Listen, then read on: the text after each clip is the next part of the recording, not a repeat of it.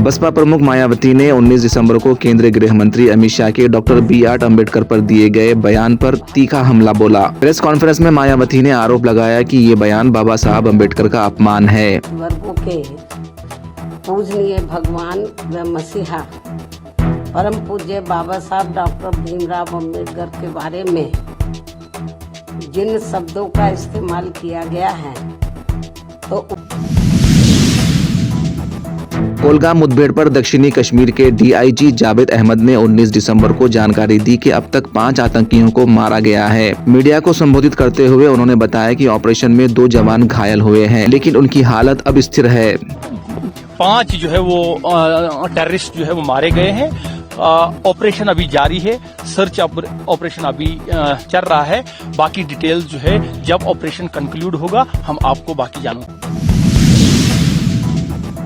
19 दिसंबर को संसद परिसर में अमित शाह के अम्बेडकर बयान को लेकर भाजपा और कांग्रेस के बीच तीखी बहस हुई कि किस तरह से नेहरू गांधी परिवार ने अम्बेडकर जी का अपमान भी किया, राजनीति से बाहर करने का षड्यंत्र रचा, यहाँ तक कि नेहरू जी ने स्वयं चल के सभाएं डॉक्टर अम्बेडकर के खिलाफ की और उनको चुनाव हरवाए। What is happening is that Samajwadi party की सांसद डिम्पल यादव ने 19 दिसंबर को कहा, बीजेपी को समझना चाहिए कि बाबा साहब अम्बेडकर द्वारा दिए गए सिद्धांत और उनके द्वारा तैयार किया गया संविधान ही देश को आगे बढ़ाएगा। मैं समझती हूँ कि भारतीय जनता पार्टी वाले लोगों को ये समझना चाहिए कि जो सिद्धांत बाबा साहब अम्बेडकर ने दिए और जो संविधान की संरचना। संसदीय कार्य मंत्री किरण रिजिजू ने 19 दिसंबर को राहुल गांधी पर हमला बोलते हुए कहा कि संसद परिसर में हुई अफरा तफरी में 2 बीजेपी सांसद घायल हो गए। प्रदर्शन चल रहा था, जिस जगह कांग्रेस और बाकी साथी दल हर रोज खड़ा करते हैं और वहां प्रदर्शन करते हैं, आज बीजेपी एमपी अपने एनडीए सहयोग के साथ वहां खड़े कर रहे थे। तो राहुल गांधी और उनके मनोज तिवारी ने 19 दिसंबर को संसद में हुई अफरा तफरी के दौरान विपक्ष के नेता के कारण कथित रूप से बीजेपी सांसद सरंगी के घायल होने पर राहुल गांधी को सजा देने की मांग की। दिल्ली के गुंडे मवाली होते हैं, उनसे भी खराब बिहेवियर।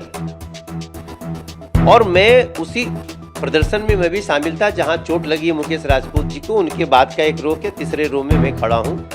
हम लोग शांतिपूर्वक प्रदर्शन कर रहे हैं। जम्मू कश्मीर के कुलगाम के कादर में आतंकवाद पर बड़ी कार्रवाई करते हुए भारतीय सैनिकों ने 5 आतंकियों को मार गिराया। इस मुठभेड़ में 2 भारतीय जवान भी घायल हुए, जिन्हें तुरंत इलाज के लिए अस्पताल पहुंचाया गया।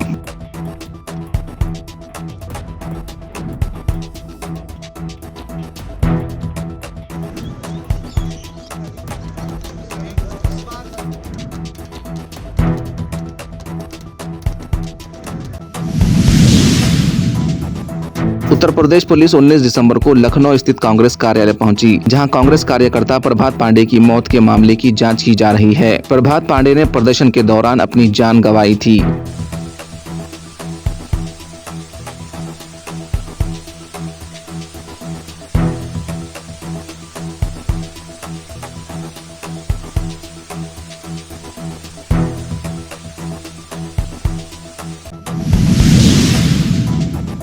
लोकसभा में विपक्ष के नेता राहुल गांधी ने 19 दिसंबर को संसद परिसर में बीजेपी सांसद सरंगी को धक्का देने के आरोपों पर सफाई दी। ये पार्लियामेंट की एंट्रेंस है, इसमें मैं अंदर जाने की कोशिश कर रहा था तो बीजेपी के एमपी जो थे वो मुझे ऐसे रोकने की कोशिश कर रहे थे, धकेल रहे थे और मुझे धमका रहे थे, तो वो हुआ है।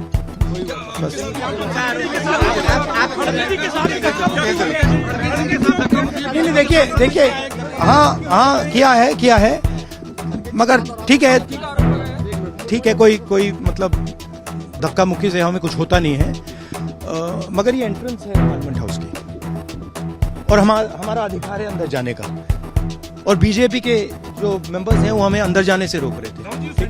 जो आप लोग मांग कर रहे हैं नहीं, सेंट्रल इशू है कि ये कॉन्स्टिट्यूशन पर आक्रमण कर रहे हैं और जो अंबेडकर जी की मेमोरी है उसका अपमान कर रहे हैं।